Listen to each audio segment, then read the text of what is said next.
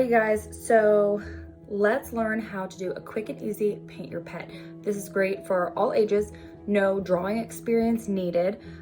If you would like to draw your pet first, feel free. I have a video about how to draw anything if you want to learn how to draw anything that you're looking at. So I actually don't have a pet. So I am going to paint one of my best friend's pets. He actually used to live with me a few years ago. What we need for today, we're gonna be using watercolors. So if you have like a watercolor palette, I bought this like cheap palette. I mean, maybe it was $5 for the whole palette. So this is not expensive paper, so you can mess up as many times as you want. If you're doing this as a paint party, it's great.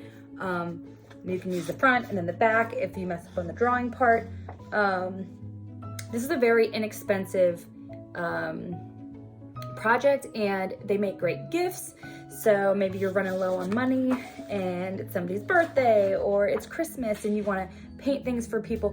This is an awesome job, an awesome project for that. It's also a great thing for like your teenagers to do that want to give gifts to people. Great for grandparents. So watercolor paper, some type of watercolor palette. This is the one I used to use at school.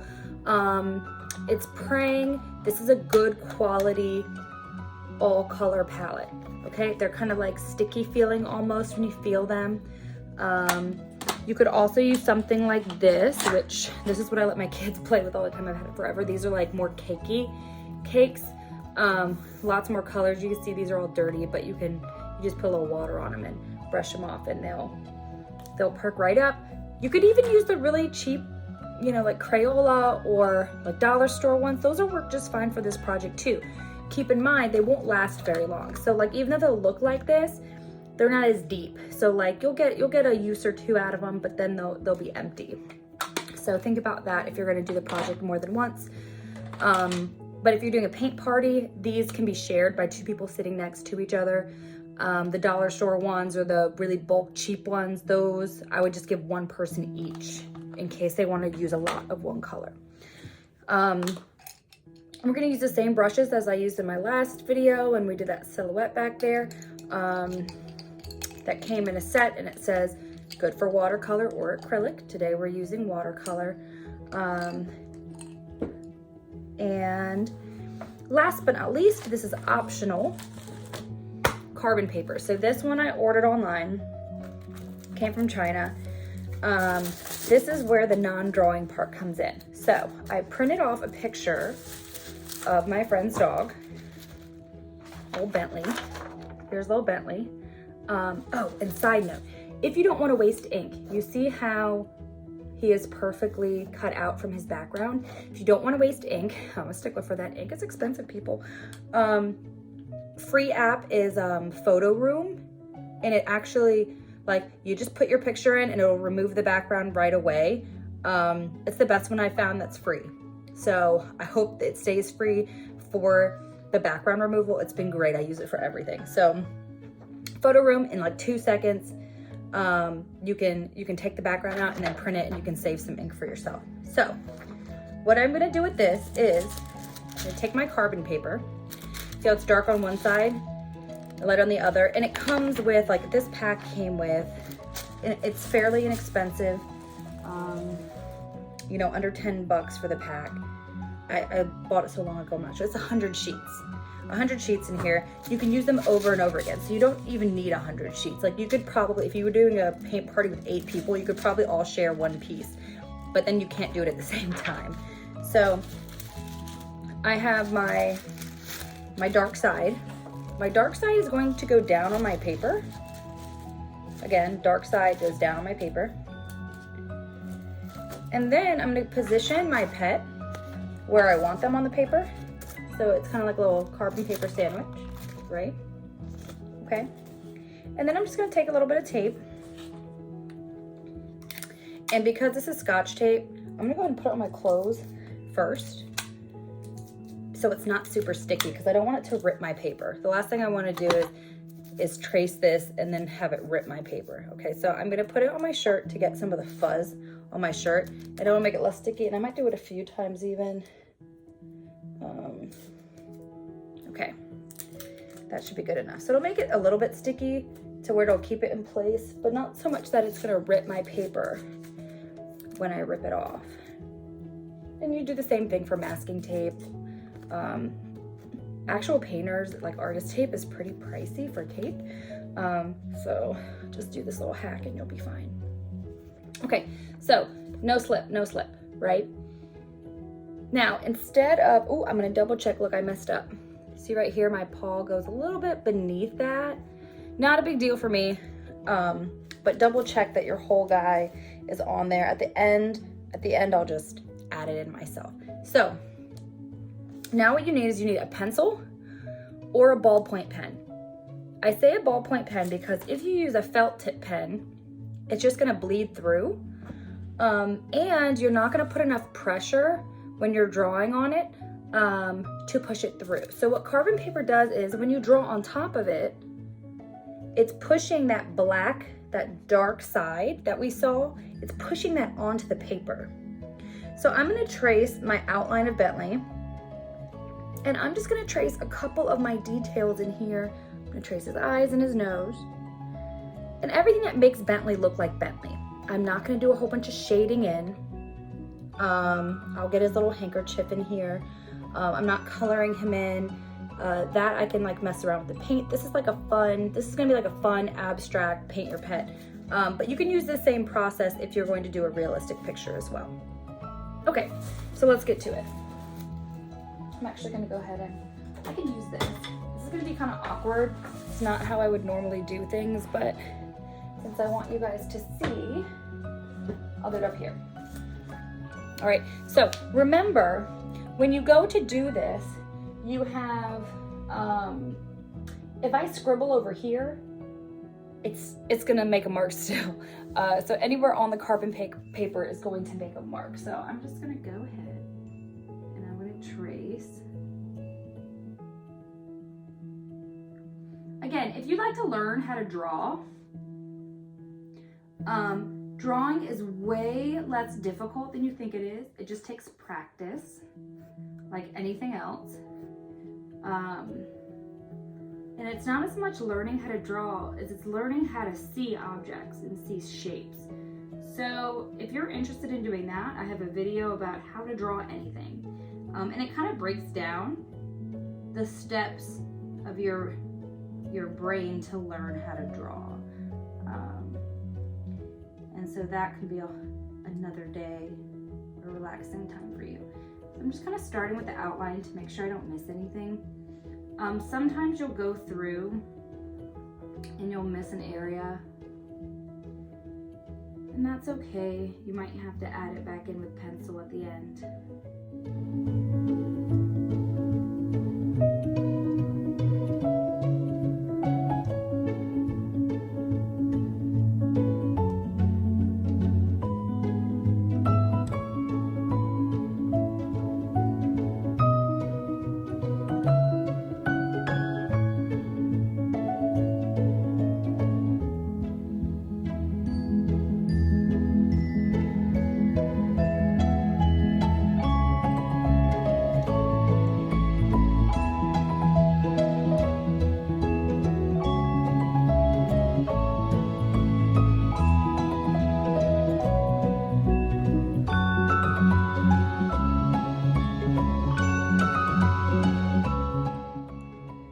It's not perfect, but it's close. Okay. And so now, okay, let's look. You can see at this angle, I traced over a bunch. And now when I take it off, I have a perfect little Bentley. Okay? So what I'm gonna do now is I'm gonna use my ultrafine Sharpie, and I'm gonna go over all the lines I wanna keep. And when I say what I wanna keep, I mean, sometimes there might be something that you're like, I don't really like that line there, and then you can just leave it and then erase it afterwards. So we're gonna do ultrafine Sharpie and then we're gonna erase. Now, quick, if you don't have carbon paper, or you don't wanna spend the money on carbon paper, or it's gonna take too long to get to where you are, another thing you can do is if you just take a regular number 2 pencil, or the softest pencil that you have, And if you put it on the back of your picture, so this is my picture. You can make your own carbon paper by literally just going like this. That's old school style, but you need to make sure that it's a nice thick layer all the way over the whole part of where your dog is or your pet, okay? So you're gonna cover your whole section. I have my kids go up to the window and do it that way. That way you can see it. Okay, just put it up against the window and you go against the whole thing. You might need to take a break. You can go cross-hatch, go back the other way so it's a nice thick layer, and then use a ballpoint pen so you don't puncture through your paper. Use a ballpoint pen to then roll it on. You might have to use more pressure than you do with the carbon paper. The carbon paper is very soft, so I didn't have to use that much pressure. And that is how you make your own carbon paper. So now I'm gonna go through. The carbon on here, it smears a little bit, so you don't wanna rub too much back and forth. You're gonna get lots here. You can see I already have a little bit just from where I had my hand when I was tracing.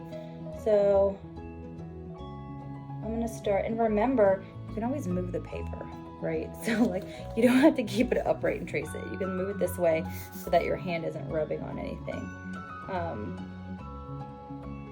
But the main thing here is that you're going over all your lines. Again, that you want to keep. And then you can darken in some areas like the eyes, unless your dog has light eyes.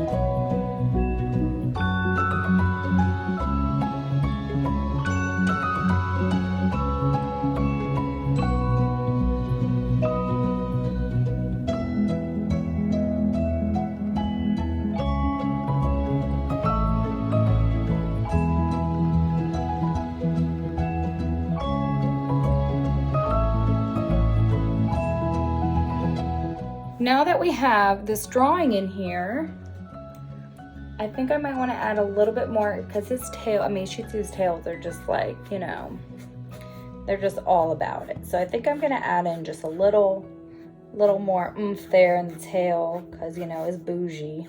A little bougie tail there. So I'm just going to make that a little bit more prominent. It's a real thing here. I don't know if you've ever seen a Shih Tzu walk. All about the tail. So I'm just gonna, you know, coif it up a little bit there. Cute. Okay, and I think he has a little pattern on his on his handkerchief, but I'm not gonna add that because I think it's a snowman, but I want this to be a year-round painting. So I'm not gonna make it specific. I am gonna add a couple lines. If you wanna get a little fancy and add in some shading marks, you can, but you can also do that with your painting. Okay, I have my Bentley, cool. Now for the erasing. If you have an art eraser, great. If you don't, use your regular eraser. So I'm gonna use that for now. I have plenty of art erasers, but again, I wanna show you how to do this with minimal supplies.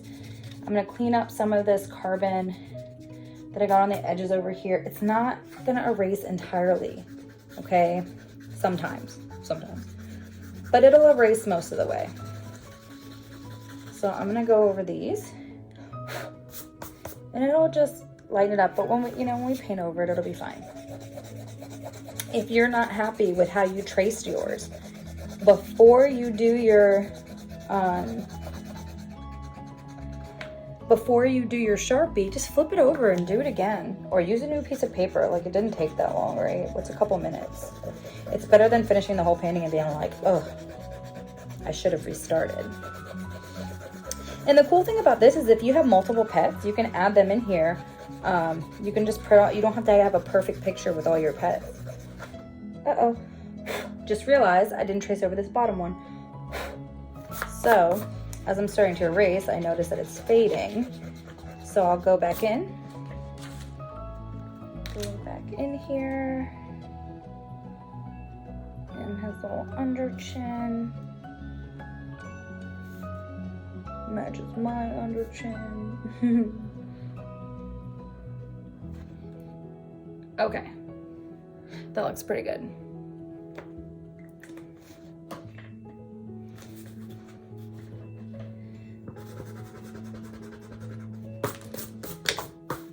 All right, let's have some fun. All right, so I have my water with a couple different size brushes that I just happened to use for the last painting. So I'm just gonna keep them in here. I rinsed it out really well. Always have paper towel on deck, especially for watercolors. If you would like to know different watercolor techniques, I have a watercolor techniques video that takes you step by step through the different techniques. Super easy. I actually made it for my kids at school. So it's made with middle schoolers in mind. So anybody can follow it, okay? Here we go. Let's do, when we're thinking about what colors to use, think about what, you might think about your color scheme in your room. You also just might think about what's gonna look nice to each other. A couple ideas. Complementary colors look really nice next to each other. So complementary colors are purple and yellow, complement each other. Red and green, but then you look a little Christmassy, okay? And then blue and orange, they look really good next to each other. They make each other pop. However, when you mix them together, they make brown. So when you're using watercolor, it's really hard to keep those lines apart. And then also, even if you let it dry and go back and do the other color next to it, if you touch it, it will re-wet itself. It's not like acrylic paint where you can paint it and let it dry and paint over top and it won't mix. So that's something to keep in mind with watercolors. So what I like to do with watercolors instead is pick colors that have a shared color to be next to each other, meaning red is a part of purple, right? So if I mix them together, they're still gonna look nice. Blue is a part of purple. They're still gonna look nice if they're next to each other. Okay, so if I do maybe a color scheme of like blue, purple, red together, that would be great. If I do green, right, blue and yellow make green. So I can do like a blue, green, yellow color scheme and that would look cool. So I think for this one, maybe I'll just do, I think I want a warmer feel. So let's do red, let's do a red, blue, purple and just see how it goes. Okay, so for watercolor, you take the water, and I don't want this video to be forever, so I'm not gonna go over all the techniques, but it's dry, so you have to add some water to it to make it wet, okay? The more water you add, the lighter it is, but also If you swirl, then it becomes darker, right? Let's do, should we start with him? What do we think, guys? And let me get the picture of him. Where did the picture of him go? Oh, here it is. Okay, so that way we can kind of see his shadowing a little bit. All right. So maybe let's start with him. Maybe some purpley shadows on his body. So I see he has some shadowed areas in the back here, right, where I already did.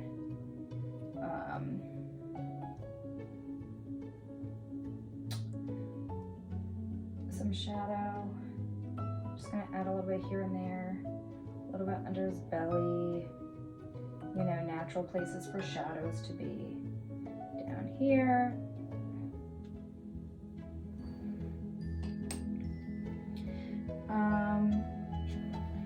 Underneath here is pretty dark. Now, if I want it to be super dark, I'm just gonna swirl some more. Swirl some extra. All right, and it'll be a little bit darker. The more I swirl, the more pigmented the paint gets. All right, so I recommend you painting flat on a surface or on a tilted surface. Watercolor does drip pretty easily. So I am painting upright, so it's easier for you to see. However, I don't necessarily recommend painting this way. So I'm just adding my shadows in a little bit first. That way when I go back with my red, I can just kind of layer on top of it a little bit.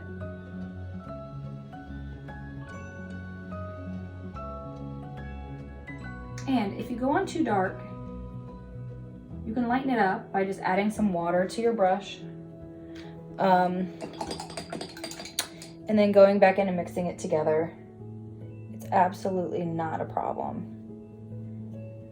So I already made, this is kind of a big brush. I already made those little hash marks here where he had some shadow around his eyes to remind me that that is in shadow. So I'm gonna add a little purple here. Now, that's a little bit dark for me, so I'm gonna get a little water. I'm gonna add a little bit of water to it. And this is where I wanted my paper towel ready, because I'm gonna add water and then I'm just gonna dab it a little bit to get those off.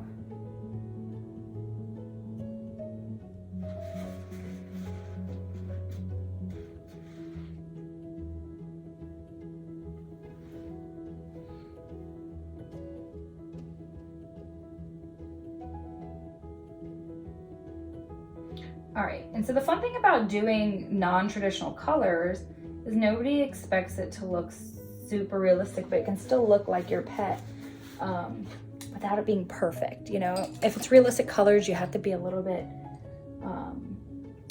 more perfect. So now I'm gonna add some red.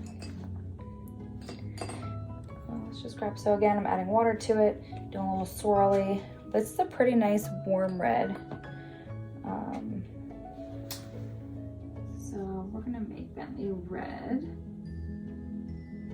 Colors make a difference. They give you a different feel in your painting. So if you want to feel all warm and snuggly inside, you know, you might want to pick a warmer color. If you want it to be a little bit crisper, maybe pick a cooler color. Warmer colors are, you know, red and yellow base colors, and cool colors are blue base colors.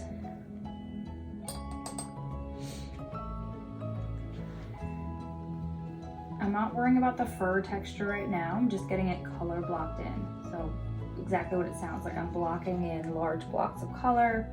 I can go back and add some fun texture. I'm not trying to perfectly paint in the lines. That's why I kind of love these for like a paint and sip party or something like that. It doesn't have to be perfect. Like, you have your lines. If you want it to be perfect and you go outside the line, again, it's really easy to kind of erase watercolor. You take some water, you dilute it, and then you grab your paper towel and dab it off. So pretty much everything I have left here is going to be red except for the whites of his eyes. And I do recommend leaving the whites of their eyes white instead of a different color, because then it's going to look like they have kidney failure or something like that. So unless your dog distinctly has something wrong with their eyes or that you don't mind capturing, I would recommend just leaving it white. Okay. I hope all you beginners are having a fun time with this. And it's meant to be a fun and loose painting. All right, we have it color blocked in here, right? So now we can go back and kind of blend it in. So I'm gonna take my smaller brush, and I might just like go back and forth between some swirled reds, just like some thicker red, and the purple. So like I'm gonna add in, because like right now he's a little pink looking, just fine. But I also want him to look kind of fluffy. So I might go back and add some texture in here to his fur with some, again, it's the same color red. I'm just swirling it a bunch of times to make it thicker. Okay, and if it's not happening fast enough for you, you can take your paper towel and take some of the water off. And that's a little bit too thick. I'm gonna take a tiny little bit more water, a little bit at a time. Grab that, okay.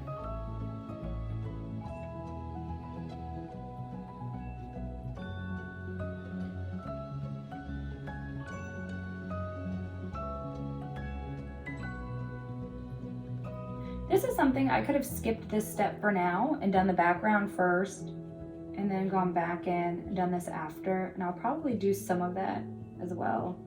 But I just wanted to get some of it in here while I already had the purple and the red going.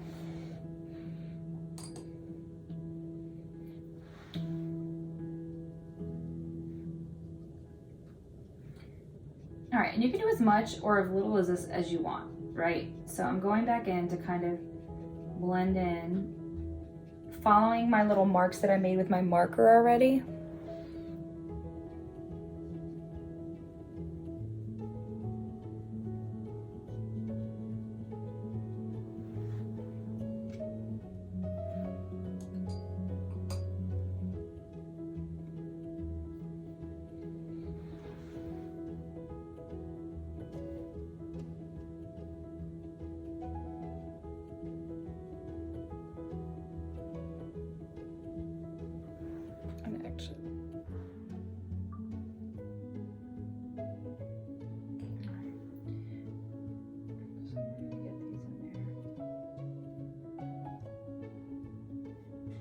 You don't have, if you want it to be like smoother looking, you totally don't have to do a whole bunch of fur. You could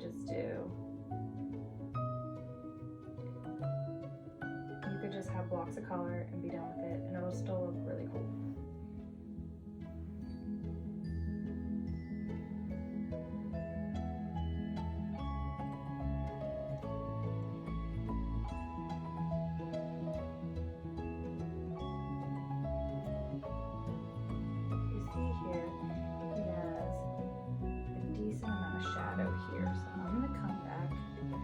Some purple as well. Get him some. That is really dark purple.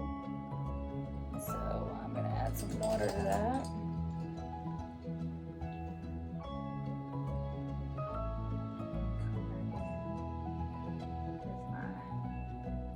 Actually, I could probably just spread some down here.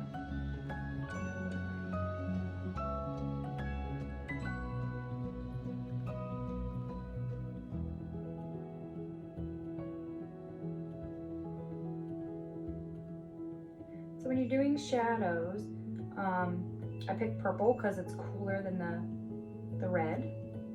You know, if I would have flip-flopped it, it wouldn't quite look right. It would be okay. But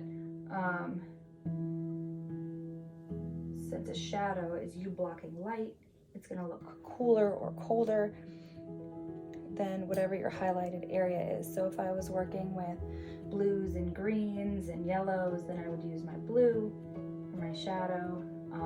when you're doing something realistic, usually you mix blue with whatever the base color is, right? So it's if I was doing something brown and needed a shadow, then I would mix whatever color brown with a little bit of blue for my shadowed area.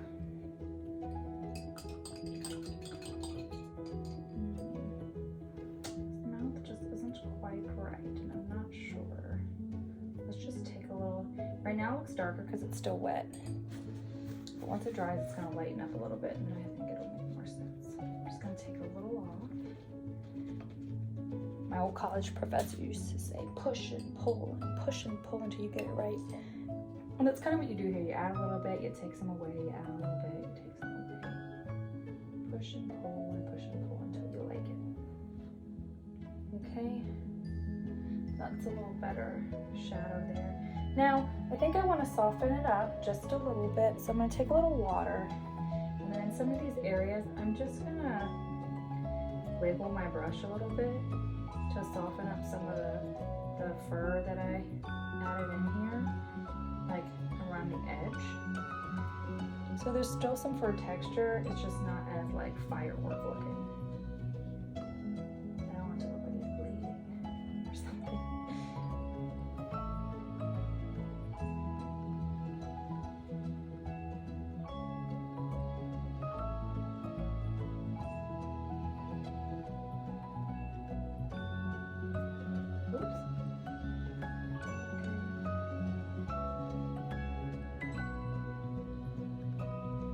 All right, I'm gonna let him sit for a minute. Actually, I've got a little paw down here.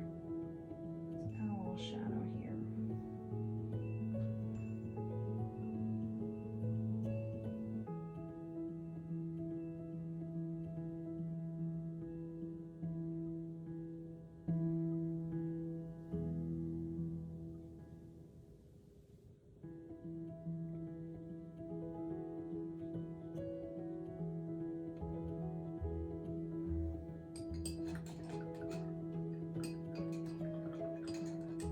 Now I can't decide, should I add a little bit of, again, I want to soften this up a little bit. I'm just kind of squish it together.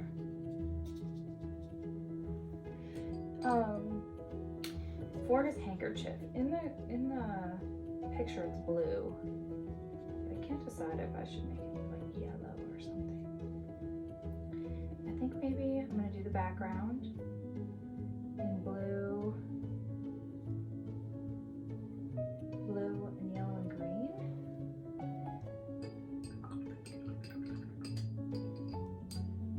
don't know, or should I keep with the same color scheme? Maybe keep the same color scheme. Let's do blue.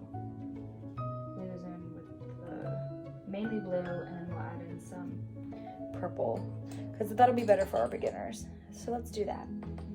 I'm gonna start with some blue.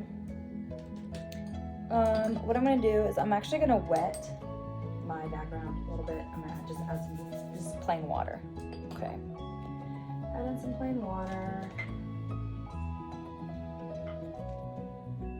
And so guys, the great thing about this is no matter how you paint your dog in, okay, because we traced it, your proportions are gonna be correct.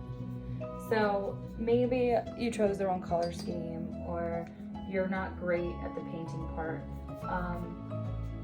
It doesn't matter, because at least your proportions to your dog are correct. It's gonna look, you're gonna take something home, or you're gonna have something that looks somewhat like your pet. And this isn't we're not painting some giant thing that you're gonna have over your mantle, right? It might be like a little picture in your hallway, or like in a kitchen or something, you know? So we're just gonna loosely add in some blue here, and I'm gonna go ahead and take old Bentley out the way. Let's loosely add in some blue. Sounds like my daughter's home. I'm scared. So it's not my daughter, it was my parents. So let's do a little voiceover because they ended up being super loud. So one benefit to staying with this color scheme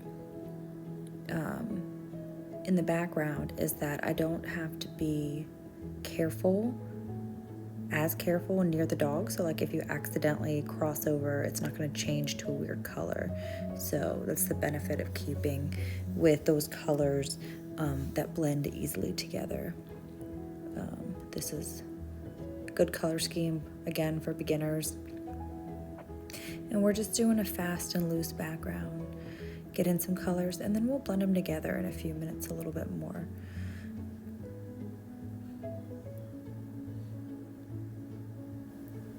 If you are enjoying my videos, I would love for you to hit that like button and subscribe. If you have any questions for me, I do my best to answer as soon as possible, so hit me in the comments below.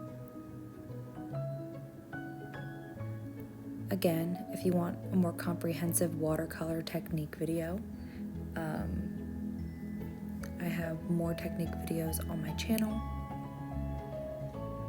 Step by step, easy to follow.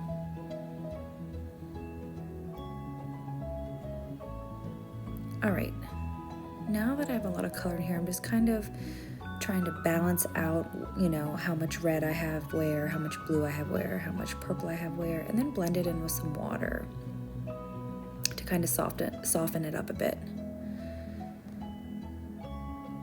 Fill in those white spaces. You don't want the background to take away too much from your little guy.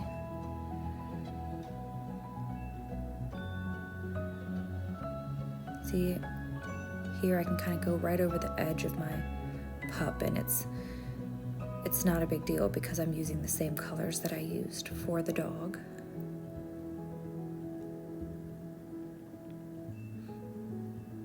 Now the pup actually dried a little bit, I can see some spaces that I want to take care of after I finish the background. So I'll be able to go in and adjust some things.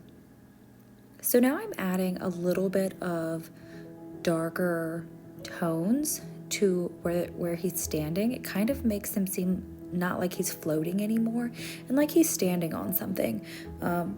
It kind of gives a rainy effect, like he's standing in a puddle, but it's really painterly and soft, and I enjoy doing this in a lot of my abstract paintings, especially portraits.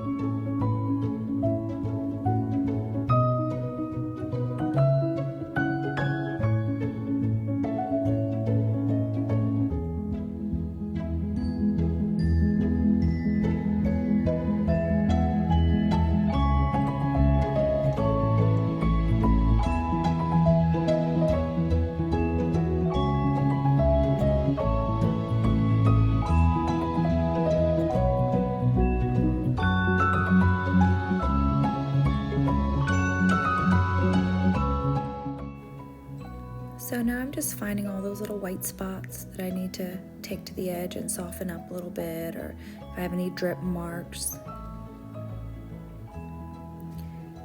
Getting this background where I want it, right up to my guy.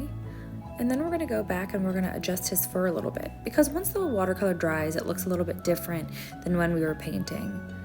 And now that I'm looking back at my original picture, I realized that I need a little bit more like fluffy texture. He had a puppy cut, so his hair was pretty short and really soft. So I'm gonna go in with some red and some purple, and I'm just gonna blot it gently with my brush until I kind of get this fluffy cotton texture here instead of the fur. And I'm just gonna repeat that until I get the effect that I want. And remember, if it goes on dark, you just add a little water, spread it out, move it somewhere else.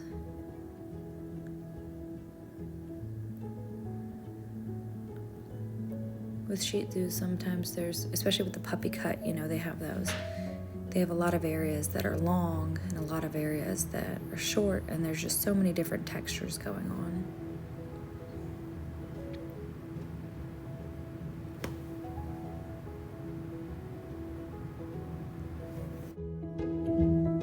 As your watercolor starts to dry, your paper might get a little crinkly. Don't worry about it, especially if it's cheaper watercolor paper, which this is really cheap watercolor paper that I'm using. It's from like a kid's paint palette or a paint pad. You can, later when it really dries, you can just lay it under a book and it'll flatten right out. And then if you frame it, it'll definitely be fine. So you see, I'm creating this fluffy texture, gives them a much more snuggly look going on instead of being shaggy. Of course, his ears are still shaggy, his tail's still shaggy, and he's a little bit shaggy going on under his chin. And if you look, that light blue for the handkerchief pops out. I didn't want to make it too dark because then it would blend in and look like a chest shadow instead of a handkerchief.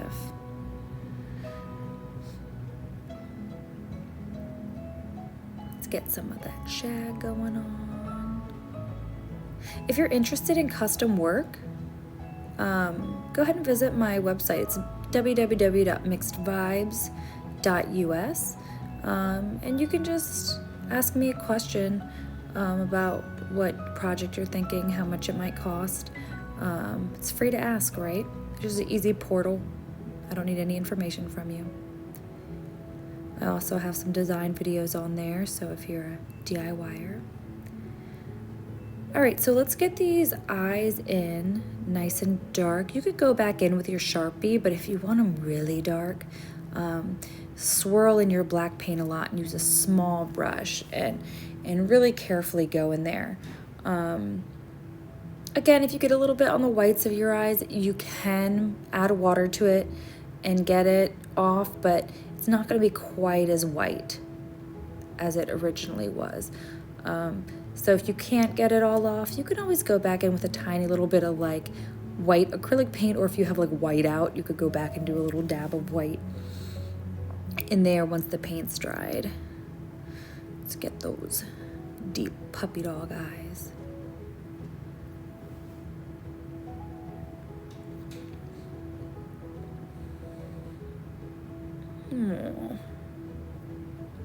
All right, so if you're like, well, this doesn't really look complete, once you throw a frame on there, all of a sudden your painting looks so much better. I don't know what it is about just framing it out that looks so much more professional. So this is just a mat board. I have a couple of different sizes.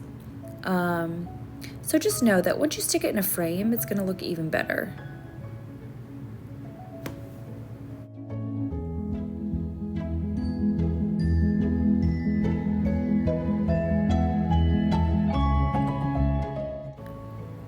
Once I had the frame up, I realized he needed some highlights back in his fur.